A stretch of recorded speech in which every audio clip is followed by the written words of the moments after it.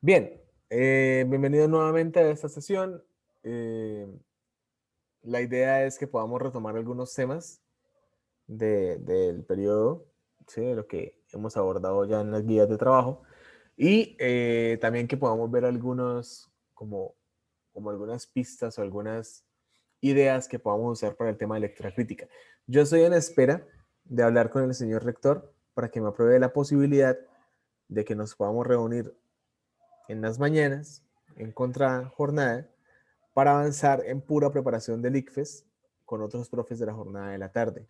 Yo sé que a ustedes les da pereza y yo sé que muchos de ustedes no tienen tiempo. Y yo sé que muchos de ustedes están cansados y están deprimidos y todo el mundo quiere morir con el coronavirus, pero bueno.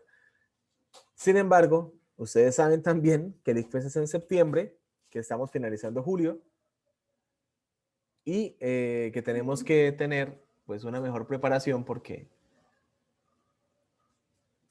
es bastante complicado, ¿no? El tema del ICFES ahorita y el tema de toda la virtualidad y demás. Sin embargo, yo insisto en que si ustedes saben leer, si ustedes han aprendido a leer y si ustedes han hecho el proceso de intentar mejorar su lectura y escritura, pues sé con toda certeza que les va a ir bien. Por lo menos sé que Karen está estudiando con una egresada del colegio. Sé que están repasando y mirando temas para el ICFES y eso me parece muy bien. Felicitaciones, Karen. Y los demás que están haciendo. Están en Predicfest, están repasando, están leyendo. ¿Qué han hecho ustedes para tratar de mejorar la preparación que necesitan para las pruebas de estado? Quiero que me cuenten. En Predicfest. Mayra, Sí, en un Predicfest. se escucha como a 10.000 kilómetros de distancia, Mayra. Mayra tiene que ¿Ya? hablarle al micrófono. Sería lo bueno, Es, ¿no? esto en un Predicfest, ahí ya me escuchan. Ahora sí, uy, pero no nos grite, Mayra, qué Sí, yo agresivo. también estoy en el mismo proyecto que Mayra. Yo también. Ok, ¿y qué tal les ha ido ahí en el proceso? Pues bien, Está bueno. ¿Qué, qué les La han verdad, enseñado? ¿Qué les han dicho para que puedan poner en práctica el día del ICFES? prácticas como tal, no solo nos han hecho clase y ponernos a leer muchos textos, pero, o sea, como tips y cosas así, ¿no? Ok. Ya entienden cuáles son los tipos de lectura y digamos qué tipos de lectura deberían tener en cuenta y qué tipos de preguntas hay en las pruebas de estado para que sepan cómo responderlas.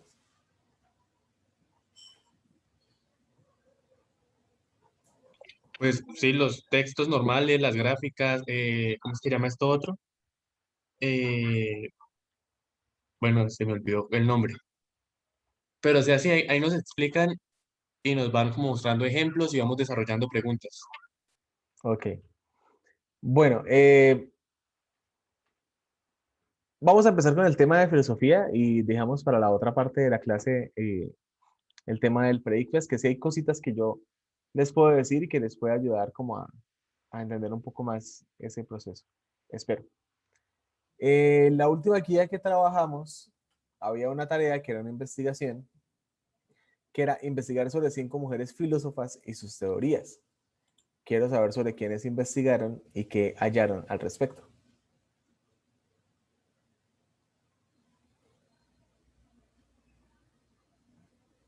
Puede ser Angélica.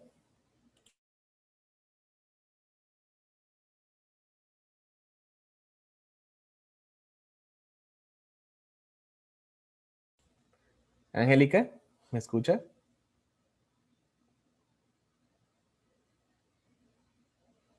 Se quedó dormida Angélica. Bueno, puede ser Laura Enríquez. Laura,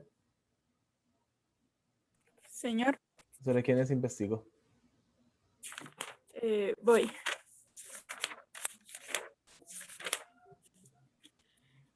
Simone Weil, Ok.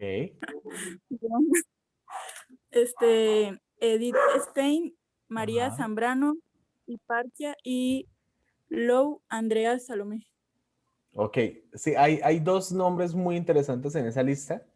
Lu Andrea Salomé fue una mujer del siglo XIX que fue coyuntural en todo el proceso académico de varios autores del Círculo de Viena, como Freud, como Nietzsche, estuvo cerca también al filósofo, bueno, a Nietzsche y al escritor Rainer Maria Rilke, es un poeta alemán, y es una figura bastante polémica, ¿no? Pues porque la historia no ha sido muy amable con la figura de Lo Andrea Salomé, ¿sí? Profe, ¿y de ella no hay una película? De Lo Andreas hay personajes en películas, sobre todo de Nietzsche, porque pues Lo Andreas es como esa gran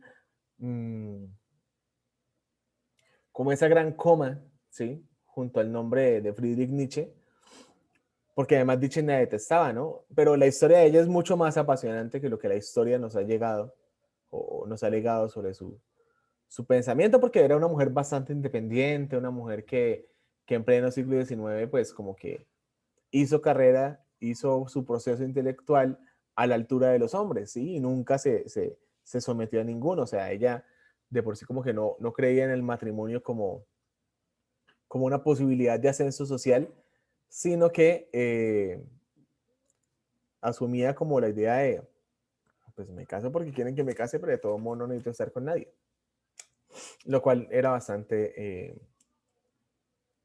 como revolucionario para la época. Me gustaría saber qué encontró de la teoría filosófica de Lo Andrea Salomé, porque no sé si tengo una teoría filosófica fundamentada como tal, pero quiero saber qué encontró sobre ella. O sea, más que sobre ella como persona, sobre ella como pensamiento. ¿Qué era lo que ella decía? Lo que yo encontré, pues, sus aportes respecto al narcisismo, la sexualidad femenina, la creación, este, y eso sobre su vida también.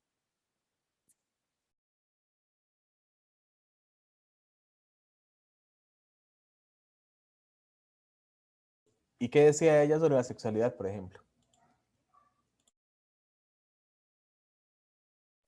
Eso sí no lo busqué, profe. Yo busqué sus aportes principales, pero no indagué. Bueno, recuerden que cuando se busca la teoría de un filósofo no buscamos solamente qué dijo, o sea, las cosas que él dijo, mejor dicho, no es solamente de qué hablaba él, sino tener exactamente la idea de cuáles eran sus teorías. Porque miren que el tema de la sexualidad en esto de las filósofas es muy importante porque ustedes saben que las mujeres en una sociedad pues, machista como la nuestra siempre van a tener un elemento cosificador y esa cosificación siempre va a ser de tipo sexual, ¿no?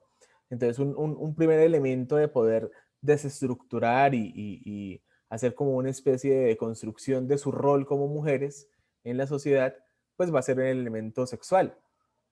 En la época de Freud, en el siglo XIX-XX, ¿sí? Se entendía que la personalidad de las mujeres que querían ser independientes, que querían sí, o sea, que se comportaban como mujeres libres, correspondía a una enfermedad que ellos llamaban histeria. Y hubo muchas mujeres que fueron tratadas en manicomios por histeria. Pero la histeria no era otra cosa que el hecho de que estas viejas no quisieran someterse a los tipos, ¿sí? Entonces imagínense ustedes hoy en día que las mujeres feministas, que las mujeres que hacen parte de los colectivos feministas, que las mujeres que luchan por la independencia y que luchan contra el acoso y que luchan contra los procesos de, no sé, pues todos esos elementos cosificadores y machistas, las llamáramos histéricas y las metiéramos en un hospital psiquiátrico, o sea, pues es terrible, ¿sí? Y esa reivindicación se ha dado por medio de estas luchas de tipo filosófico, académico, social también, ¿sí? Y demás. El segundo nombre que me llama la atención de esa lista es el de Hipatía, y estoy seguro de que alguien más investigó sobre Hipatía. ¿Quién más investigó sobre Hipatía de Alejandría?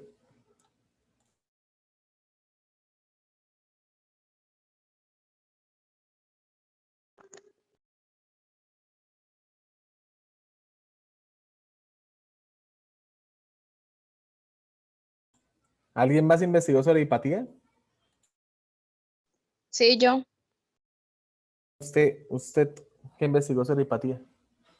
Pues dice que es otra filósofa de la antigüedad es más famosa Antipatía del Fresco, la escuela de antes. Además realizó grandes aportes en las matemáticas, la geografía y el mejoramiento de las tablas astronómicas. De Ptolomeo murió en manos de una turba de cristianos dirigida por San Krill, algo así. ¿San qué? San Krill, algo así. ¿San Gil? San Krill, No creo que sea Krill. Creo que fue Ciro, el encargado de la muerte de Hipatía. algo así. Bueno, sí, quien sea. Hipatía, de hecho, fue bastante importante, a pesar de que la historia tampoco le ha dado el lugar que merece, porque mucho antes de Kepler y mucho antes de Copérnico, esta nena ya estaba calculando cuáles eran las órbitas de los astros celestes, o sea, de los planetas, y ya había llegado a la conclusión, pues primero, como muchos griegos y muchos egipcios, que el planeta era redondo a partir de que hoy en día un montón de estúpidos en internet sigan creyendo que es plano. Y segundo, que era la Tierra la que giraba alrededor del Sol, calculando la masa y calculando los movimientos físicos del planeta, ¿sí? Lo cual, pues, era tan revolucionario para su época que incluso 1000 años después, 1200 años después, cuando Galileo decía que la Tierra giraba alrededor del Sol, pues la iglesia todavía le decía, no, arrepiéntase de eso, si no lo quemamos. Ya les había contado que las últimas palabras de Galileo era, y sin embargo se mueve. Bueno, van dos filósofas que son realmente centrales en el desarrollo del pensamiento filosófico históricamente. ¿Quién más?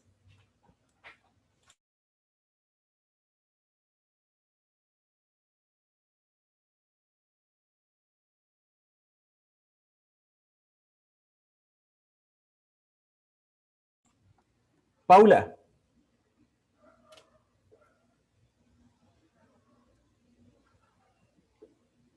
Paula. ¿También se durmió?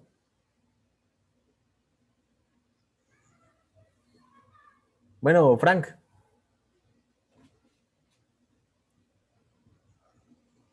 Bueno, profesor, yo investigué sobre, no sé cómo se pronuncia, Olympe de Gouges, no sé cómo se dice. Ni idea, ¿qué más? Ay, no llego a leer, pero bueno. Ay, otra, busque otra. ¿A quién más investigó? Eran 5, ¿no?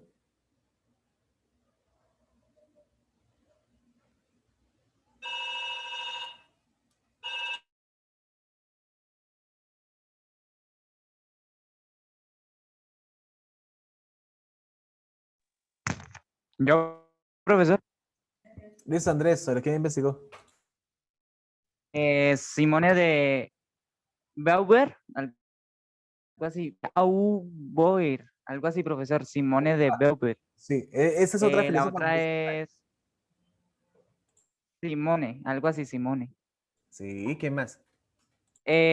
Eso, Ana de Arendt, Ana de Arendt, Hannah Arendt. Felipa Fopp, Ajá. Filipa Fopp, Mary Wollstonecraft, algo Ajá. así, y Carol Hilligan. Bueno, en esa lista que tiene usted hay 3 filósofas muy importantes. La primera, la que usted nombró, se llama Simone de Beauvoir. Es una filósofa francesa que fue contemporánea de Jean-Paul Sartre. La segunda, que usted nombró, que también es muy importante, es Hannah Arendt, que es una filósofa alemana de la época del nazismo, también muy relevante. Y la tercera es Mary Wollstonecraft, que es una filósofa inglesa que tiene un trabajo muy relevante, ya que hace parte de una de las primeras olas del feminismo. Entonces hay 3 olas distintas que pues obviamente han replanteado sus fundamentos a partir de los cambios históricos sociales, ¿no? Y ella propulsa esta primera ola del feminismo con un librito muy interesante que se llama Vindicación de los Derechos de la Mujer. Y es la primer mujer en la época de la Ilustración, porque fue contemporánea de Rousseau, en hablar de que la mujer, o sea, en decir que la mujer tenía también derechos. Porque en esa época Rousseau, que era uno de los más avanzados filósofos de la Ilustración, incluso decía que había que educar al hombre en la ciencia, en el arte, en la filosofía, en el conocimiento, y educar a la mujer para que fuera una buena esposa. Entonces, Mary Wollstonecraft le dice como, ¿usted es idiota o qué le pasa? ¿Sí? No, la mujer tiene que recibir una educación similar a la del hombre porque la mujer también puede ser independiente, también tiene habilidades, también tiene la posibilidad de desarrollarse cognitivamente y es el primer referente digamos, en la búsqueda de una educación igualitaria entre hombres y mujeres. Esta vieja Mary Wollstonecraft es muy famosa además porque siendo la esposa de John Goodwin, los dos filósofos, los dos anarquistas, terminaron teniendo una hija que yo sé que muchos de ustedes quizá no conozcan, pero que deberían conocer, que se llamó igual que ella, Mary Wollstonecraft, pero que tomó el apellido de su esposo, que era un gran poeta inglés, que era Percy Bysshe Shelley, y pasó a la posteridad con el nombre de Mary Shelley. Y Mary Shelley es la autora de un libro que si bien nadie ha leído, pues hace parte íntegramente de la civilización occidental, que es Frankenstein.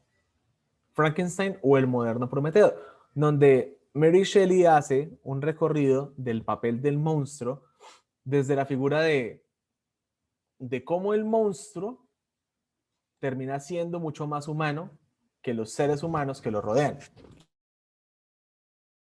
¿Han escuchado algo sobre esta figura, sobre Frankenstein?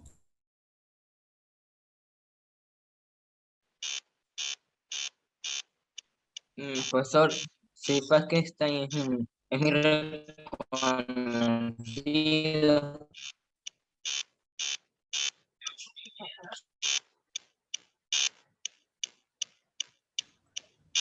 Repite, por favor, Wesley y Mayra, me puede... Ya, listo. Wesley, repítame, por favor.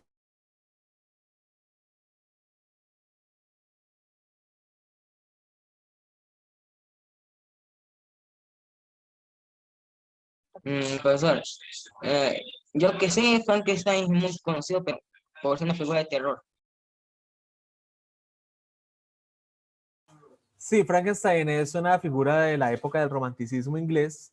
Es una novela de terror, pero a su vez es una novela que permite replantear el papel de lo humano en la sociedad de la Inglaterra del siglo XVIII, que es una sociedad increíblemente cosificadora, donde pues todos están en función de la explotación industrial y obviamente no se habla mucho ni de derechos, ni de lo humano, o sea, todo se ha vuelto la máquina.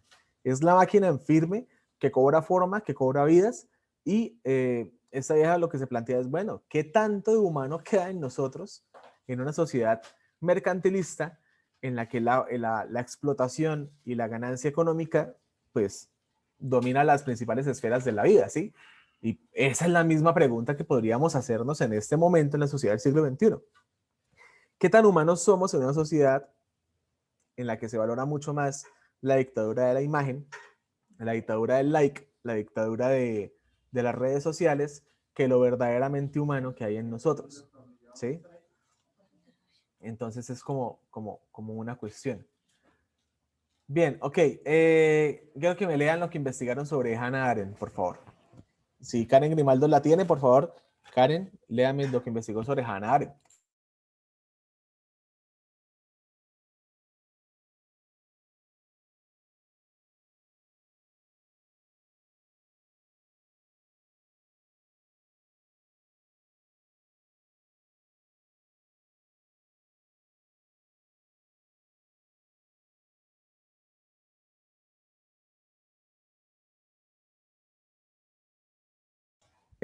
Bueno, si Karen no quiere hablar, ¿alguien más tiene a Hannah Arendt? ¿Puede leer sobre Hannah Arendt? Yo, profesor. Listo, léame, ¿qué investigó? Bueno, pues de 1900 a 1975, pues nació y murió, ¿no?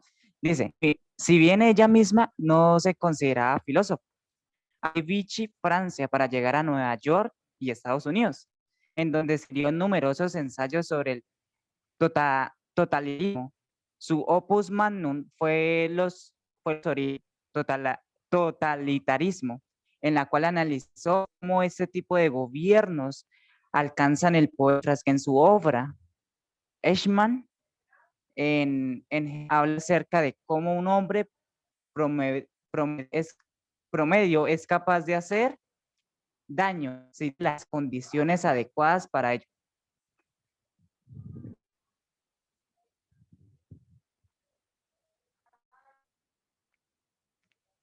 ¿Ya, profesor?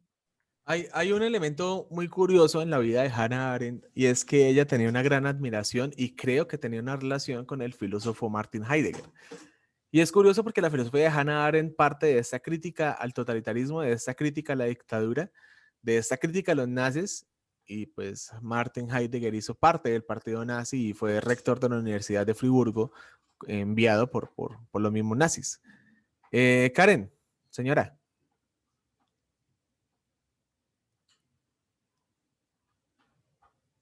Ah, ¿no lo envía a todos? Bueno, listo, ya lo envío a todos. Entonces, es bastante curioso que, que esa situación se diera así, ¿no? O sea, como que ella estuviera relacionada con alguien que hacía parte de un partido al que ella criticaba abiertamente.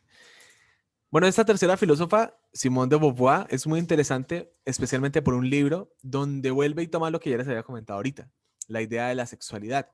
Este libro se llama El segundo sexo. Y hay una frase muy repetida, interpretada, analizada de este libro, y es la siguiente: no se es mujer, se llega a serlo. Quiero que ustedes me digan qué opinan de esa frase y hasta qué punto pueden estar de acuerdo con esa frase. No se es mujer, se llega a serlo. ¿Por qué creen que ella decía esto? ¿Y en qué cómo se relaciona esto con ustedes en su papel de mujeres? Hablándole pues obviamente a las mujeres del grupo.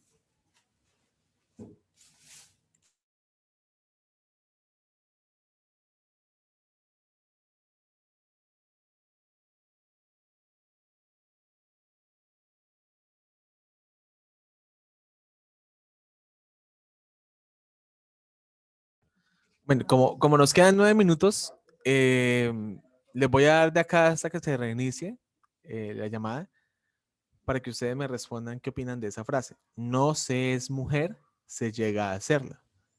¿Sí? Por ejemplo, cuando mi hija nació, ¿sí? No nace siendo mujer. Llegará a ser mujer en algún momento. Quiero que ustedes analicen esa frase y me dicen qué piensan al respecto. ¿Creen que sea cierto? ¿Creen que no? ¿De qué manera uno puede llegar a ser mujer? ¿Sí? ¿Qué significa llegar a ser mujer? ¿Qué hay que hacer para llegar a ser mujer?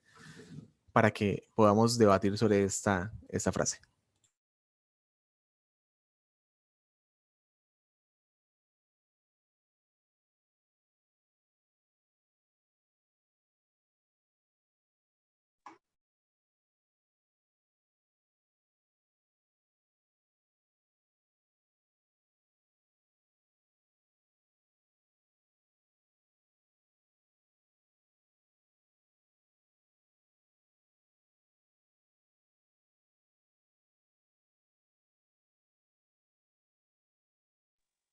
Profesor John, qué pena. Sí, dígame. Usted me puede decir, es que se me fue el internet y me salí. El internet está todo lento. Lo puse en el chat. Listo, profesor. Listo, sí, ahí lo pueden revisar todos. Igual pues también, los hombres también pueden revisar esa frase y decirme qué opinan ellos de esa frase. Sí, aunque obviamente nuestra opinión como hombres es una opinión externa. Pues, porque si uno se define como hombre, nunca va a llegar a ser mujer, ¿no?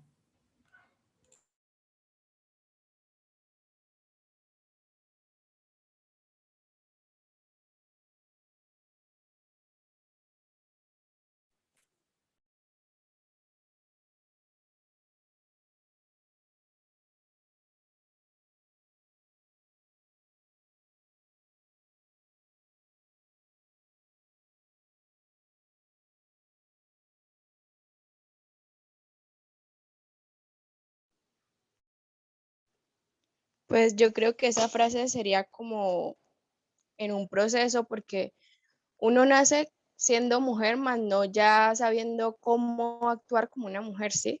Entonces sería como un proceso en la educación que nos enseña de pronto la mamá de uno, a cómo ser una mujer bien o cómo ser maternales y así. Ok, listo, muy bien. Gracias, Marley. Entonces, desde esa idea, llegar a ser mujer implica adoptar un rol que nos es impuesto de tipo socialmente, ¿cierto?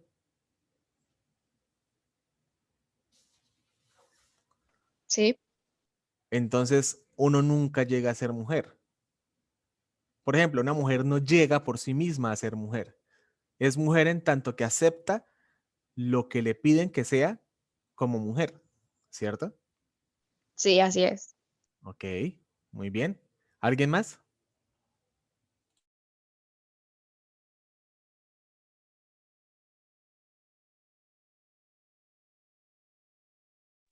Yo no pienso eso, pues no sé, para mí no veo eso como, ¿sabes qué? ¿Por qué tenemos que acoplarnos a lo que la sociedad nos diga? O sea, ¿por qué no podemos ser nosotras mismas? ¿Sí me entiende? O sea, como que, ¿por qué no podemos llegar a nosotras a hacer las cosas como a nosotras nos parezca o como nosotros sintamos que lo estamos haciendo bien? Pienso que nosotras somos, nacemos mujeres y nosotras mismas tenemos que encargarnos de hacer lo que a nosotros nos parezca, pues creo yo. Entonces, desde esa perspectiva, no es la sociedad la que nos impone, digamos, el género, sino que es una construcción del individuo a partir de sus acciones individuales. En esa premisa, entonces, ¿qué puede hacer usted, Mayra, para usted llegar a ser mujer?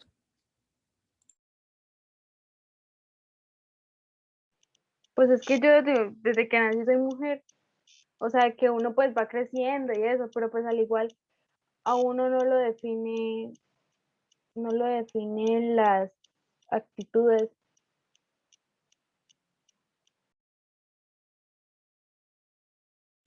Sí, no, yo entiendo lo que está diciendo, pero entonces,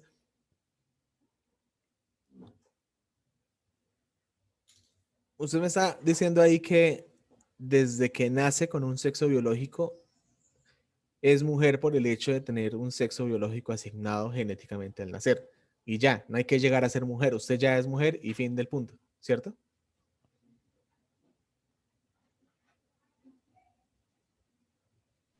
Pues sí, no, porque o Porque, sea, porque es que mire que esta discusión de ser mujer o llegar a ser mujer, con lo que eso pueda implicar en las decisiones del individuo, también termina siendo una cuestión de, eh, entonces una persona no puede cambiar su sexo, no puede cambiar su identidad de género, porque ya tiene una identidad asignada al nacer. Y en última sería lo mismo que estaba diciendo Marley, ¿sí? No se es mujer. Como Se dice, acepta que se es mujer cuando la sociedad le dice a uno, usted es esto, punto.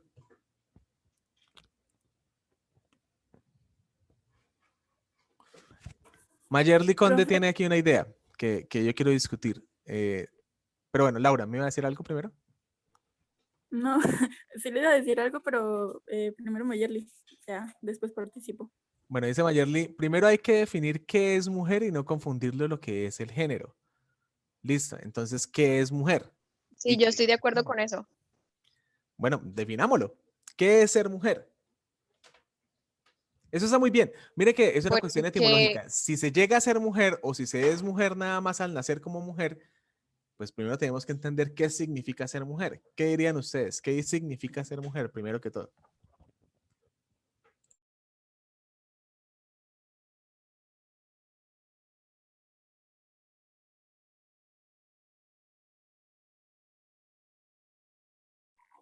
Profe, Si usted hable, que yo lo estoy escuchando. Todo bien. ok, pues yo creo que la definición de ser mujeres, pues la definición que la sociedad ha tomado como una persona por ser mujer, ¿sí me entiende?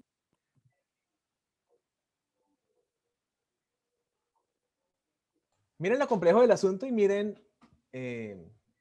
digamos, la capacidad que tenemos a veces de dar por sentadas las cosas. Me imagino que ustedes se autodenominan mujeres, ¿cierto? Marley, Laura, Mayra, Mayerly, Karen, ¿cierto? Bueno, si ustedes son mujeres, ¿qué significa ser mujer? ¿Cómo pueden autodeterminarse de cierta manera sin entender qué significa aquello que se supone que ya son? Ser delicada, esbelta, no sé, actuar de una manera, no sé, adecuada. Ok. Ser mujer significa ser Pero delicada, entonces, actuar de forma adecuada. si una niña no es tan femenina, entonces quiere decir que no es mujer. Pues hay diferencia en el que hay que tener claro que el género se nace, o sea, con eso nacemos, siendo mujeres. O sea, por eso hay que tener la diferencia en ser mujer a tener claro el género con el cual nacemos. Miren que la pregunta de Frank es bastante curiosa porque ustedes saben que en la sociedad en la que vivimos se asume que cada quien es libre de adoptar el género al que considera pertenece, ¿cierto? O sea, un hombre que nace siendo genéticamente, biológicamente hombre, dice que es mujer, se siente que es mujer, piensa como mujer, vive como mujer, sueña siendo mujer y cambia su género al género de ser mujer, ¿cierto? De ahí hablamos de mujeres transexuales o mujeres transgénero, dependiendo de pues, la etapa o el modo de la transición que sea de un género a otro. Pero